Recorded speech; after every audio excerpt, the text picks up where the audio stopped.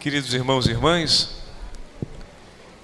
queridos sacerdotes, queridos diáconos, é uma graça do Senhor estarmos reunidos aqui nessa noite, nesse dia bendito em que a palavra de Deus nos é entregue para a santificação do nosso coração, da nossa família, da nossa comunidade. O pessoal da música está pronto? Peguei eles de surpresa. Vamos cantar de novo o refrão do Salmo, para a gente introduzir essa nossa homilia. Vocês lembram o refrão do Salmo que a gente acabou de cantar? Então vamos lá, vamos refrescar agora. Prova e vede, quão suave é o Senhor. Prova e vede, quão suave é o Senhor. Isso é uma verdade para você? É uma verdade na sua vida? Você já parou para perceber como Deus é suave e bom? Fica com... Soldado na guerra tem que estar com o fuzil na mão. Boa, boa, boa. Como o Senhor, durante a sua inteira vida, tem demonstrado por você grande suavidade, a ponto de você poder dizer, Deus de fato é bom. Quando a Sagrada Escritura nos diz que Deus é bom, quando a igreja afirma que Deus é bom, quando o Senhor nos fala que o Pai é bom, isso é uma verdade.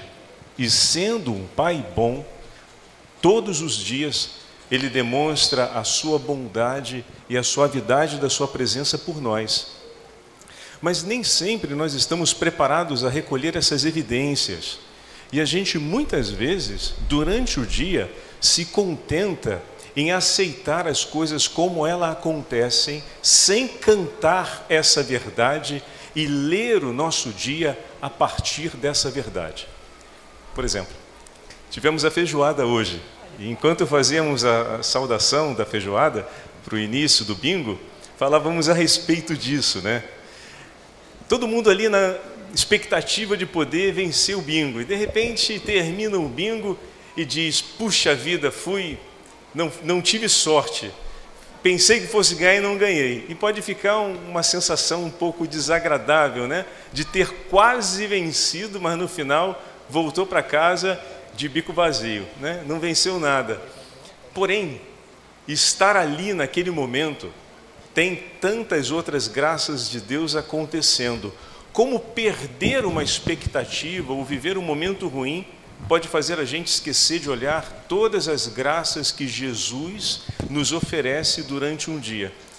E eu falava sobre isso considerando o fato de que um domingo agradável, em que nós estamos reunidos com os amigos, com a família, estamos dividindo um momento de descanso na companhia das pessoas que amamos, estamos partilhando a vida e o gosto de estarmos juntos, comendo uma boa comida, fazendo um ato de caridade por um evento importante que é o Segue-me, e de repente, olha quantas coisas boas o Senhor nos concedeu. E a gente pode dizer que a nossa tarde foi ruim porque a gente não venceu no bingo? Percebem? Agora, isso pode acontecer em vários outros contextos da nossa vida. Talvez no seu dia você tenha vivido um grande aborrecimento, e no final do dia, de cabeça quente, por causa daquele aborrecimento, na hora de botar o dia na balança, você diz, esse dia foi um dia terrível. Porque aquele acontecimento perturbou seu coração e de fato foi muito exigente para você. Mas lembra do que a gente cantou hoje e dessa verdade na hora de avaliar o seu dia. E o que diz o refrão? Vai e vede, quão suave é o Senhor. E se você começa a olhar o seu dia a partir dessa verdade, vai ver que apesar dos problemas que aconteceram, a bondade do Senhor presente por você foi maior durante aquele dia. Mas como assim, Padre Fábio? Desde o momento em que você acordou, talvez você não tenha se dado conta, mas o Senhor te deu uma boa noite de sono, o Senhor te deu a possibilidade de, acordando em casa, ter a presença dos seus filhos, abençoá-los, teve a oportunidade de, acordando, dar a bênção para sua esposa e dizer: bom dia, meu amor, Deus te abençoe. E receber dela também: ah, bom, isso daí a gente está praticando pouco. Pois é, mas o Senhor, Ele nos dá a graça, como vamos ver na leitura de São Paulo, hoje a segunda leitura, de colocar ao nosso lado as pessoas que serão a presença de Cristo, como Cristo é para a igreja e como a igreja se faz no amor a Cristo. Para quê? Para que a gente possa viver o nosso dia. Às vezes a gente dá por descontado que a pessoa que está na nossa vida é só um evento, um efeito natural da história, do ato de viver. E não é verdade.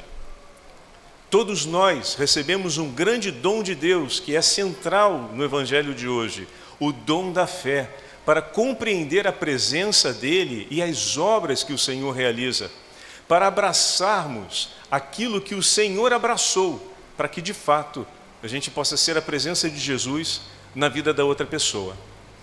Então aquele dia que teve talvez um evento que te fez sofrer tanto e te deixou tão mal, foi um dia com uma constelação de tantos outros momentos onde Deus procurou demonstrar por nós a sua bondade, porque Ele é bom, e sendo bom, não poderia passar um dia sem que o seu coração não fosse envolvido pela bondade de Deus. Mas o nosso modo de vida deixa escapar essas ocasiões. Talvez naquele mesmo dia difícil, no ambiente de trabalho, você tenha tido a possibilidade de receber uma palavra de conforto ou de ânimo dos seus companheiros, tenha tido a chance de realizar um gesto de caridade por alguém, às vezes até um pouco amolado, porque você está incomodado, alguém bate no teu vidro do carro, pedindo dinheiro, e você pega aquele R$1 que você tem, e você dá para aquela pessoa, procurando de se livrar, para que ele não limpe o vidro do seu carro, porque você não quer que ele limpe, porque você acha que vai sujar mais. Pode ser que suje mesmo, mas nem sempre a outra pessoa está preparada para fazer o serviço que ela se propõe, né? Mas alguém está ali. E quando você deu aquela moeda para se livrar rápido dele, para olhar a mensagem do WhatsApp antes que o sinal abrisse, você nem se deu conta que ele falou: obrigado, moço, obrigado, moça, Deus te abençoe. E ali você estava recebendo uma bênção que passou desapercebida.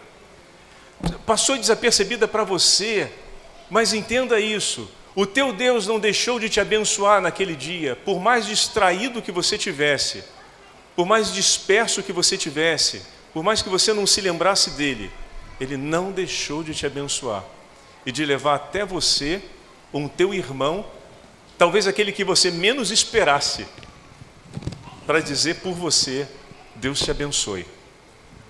E não para por aí, porque são muitas as outras situações em que Deus vem em nosso socorro e demonstra a sua bondade por nós, manifestando que Ele passa na nossa vida todos os dias.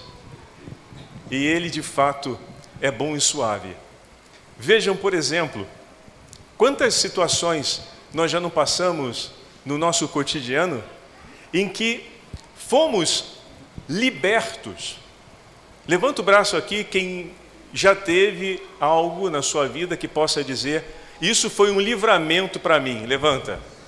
Eu tinha que levantar até o pé, mas eu vou cair no chão. Porque o que padre tem de livramento, olha, realmente a gente tem um privilégio, sabe? Quantos livramentos viram? Vocês olharam bem?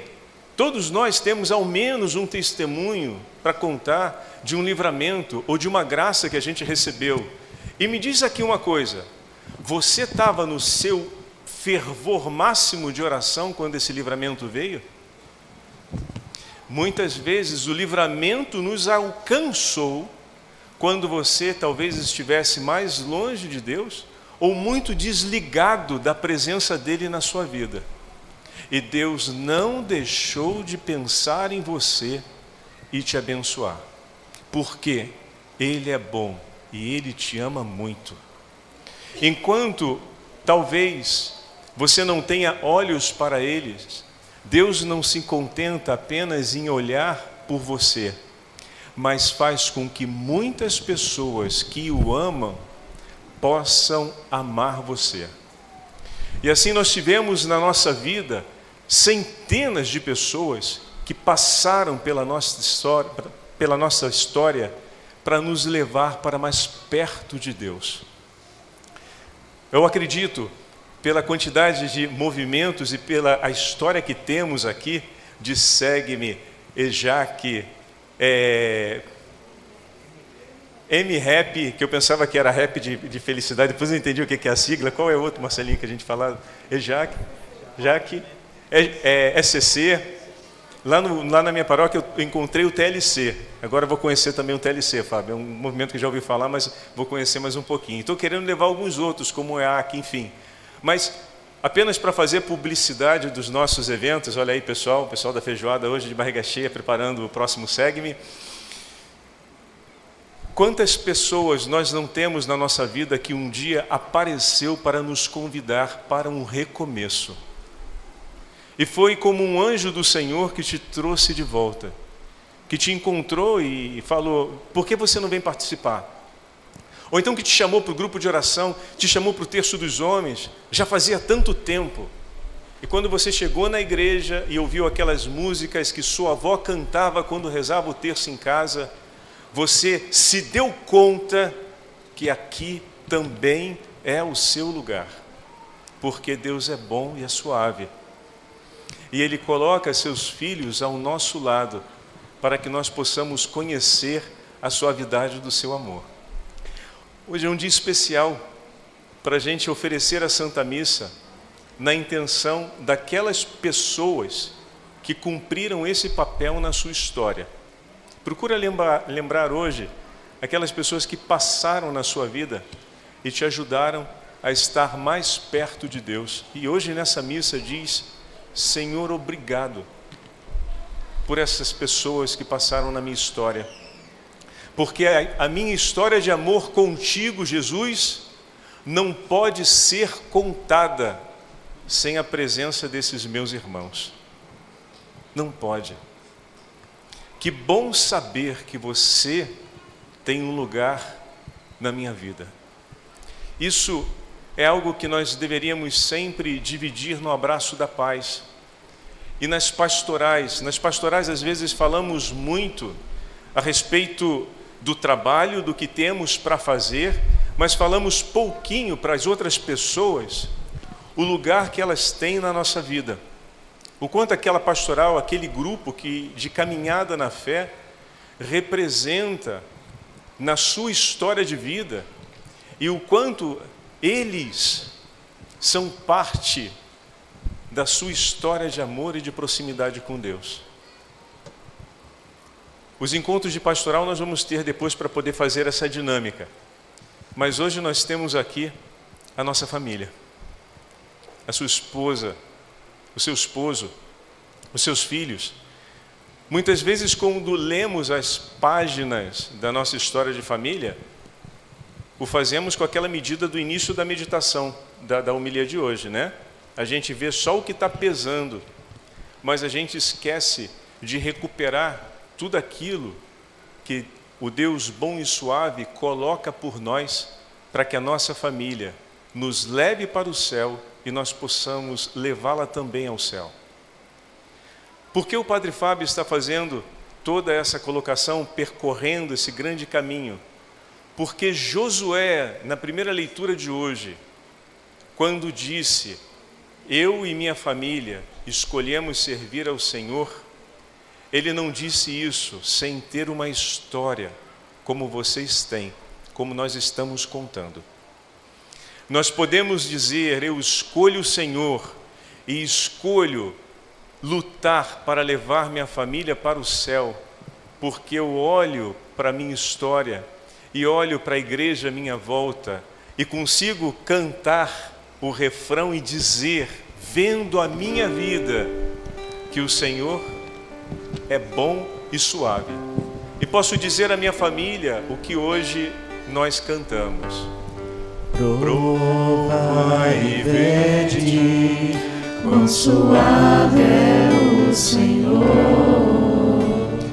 Prova e vede, quão suave é o Senhor. Naquele momento de dúvida do povo de Israel, Josué olhou para a história que o Senhor havia escrito em sua vida e na vida do povo, ele que havia conduzido o povo em nome do Senhor. E antes de sua morte, recordando a bondade e a suavidade do Senhor, em um momento difícil de dúvidas, ele conseguiu tomar a decisão certa. Tenho certeza, você não precisa me falar, que na sua vida você já enfrentou e ainda vai enfrentar muitos momentos de dúvidas em situações importantes. Para que você possa fazer a escolha certa e tomar a decisão certa, é preciso que primeiro você se recorde de como o teu Senhor é bom e como Ele sempre tem cuidado de você, e que nesse momento difícil Ele não vai fazer de forma diferente. Antes de tomar uma decisão, a gente precisa ponderar, assim nos ensina a instrução e a organização de empresas e tudo mais, ponderar fatores de risco e fatores de benefício, mas ponderar também as chamadas certezas de investimento e certezas de sucesso, e dependendo da área profissional vai mudando a linguagem, mas é sempre a mesma coisa. Na experiência do homem de fé, ele precisa fazer memória da história de Deus ao lado dele, porque existem momentos na nossa vida que nós só vamos superar pelo dom da fé. Sem a fé, não vamos conseguir. Por isso, para que a gente tenha força suficiente para enfrentar as maiores batalhas da vida, a gente precisa dizer, é necessário ter uma grande fé. Não para esperar na incerteza, atenção, mas para esperar sobre a certeza do que Deus já fez e prometeu para você. Por isso, nos momentos difíceis, não se apresse em falar, mas se apresse em colocar os seus joelhos no chão. Não se apresse a pensar nos problemas a serem resolvidos, mas no quanto o Senhor já resolveu problemas na sua história. Recorda do amor dele e você vai entender o que hoje Pedro viveu no Evangelho. O 6º capítulo do Evangelho de São João nos entrega o discurso sobre a Eucaristia, mas também é o ápice de uma caminhada no testemunho de Jesus a respeito da sua entrega e do seu amor. Entregar a vida por amor de uma outra pessoa. Entregar a vida pela salvação dos pecadores. Era difícil compreender e aceitar a humanidade de Jesus e perceber que na sua humanidade está a presença completa de sua divindade. Isso é possível para o homem que tem fé, mas é preciso, nós que já recebemos o dom da fé, aprendermos também com Jesus. E aqui na conclusão da nossa homilia, eu queria chamar a atenção para os gestos de Jesus no relacionamento com a multidão, os discípulos e com os 12. Em um determinado momento, uma parte da multidão e dos discípulos não compreendem aquilo que Jesus está dizendo, porque se torna difícil para eles aceitar a ideia de que a vida se conquista quando eu decido oferecê-la por amor. Que bom que vocês já compreenderam que essa é uma verdade e estão empenhando tudo de si para fazer isso pelas vossas famílias. Mas naquele momento eles não conseguiram, uma parte não conseguiu compreender. E Jesus disse, porque não tinham fé. Quer dizer, João fala para a gente que faltava fé no coração. Meus irmãos, que grande paciência de Jesus. No momento em que ele teve que lidar com a falta de fé do outro, que lhe virava as costas, que daquele momento em diante não considerava mais Jesus, Jesus não agiu de maneira violenta. Jesus não procurou se vingar disso. Jesus não os tratou pior quando viu o pior da humanidade da outra pessoa. O amor não se demonstra quando eu conheço a beleza da sua humanidade, ali é apenas uma parte. O amor verdadeiro se demonstra quando, conhecendo a sua humanidade por inteiro, no seu melhor e no seu pior, eu não viro as costas para você. Querem ver um exemplo disso? Tenho certeza que todos nós aqui levamos muita bronca de mãe. Muito puxão de orelha, beliscão e muita bronca para que a gente fizesse a coisa certa. E vocês se tornaram homens e mulheres de bem graças às broncas de mãe, é verdade. Mas não foi bem só isso que fez a diferença. A diferença foi feita quando vocês mostraram o pior da humanidade de vocês, quando vocês fizeram a pessoa que vocês mais amam nessa vida chorar lágrimas de dor por vocês e perceberam que o amor que ela sente, depois de toda a dor, permaneceu o mesmo. A certeza de ser amado é aquilo que nos encoraja a seguir adiante na vida.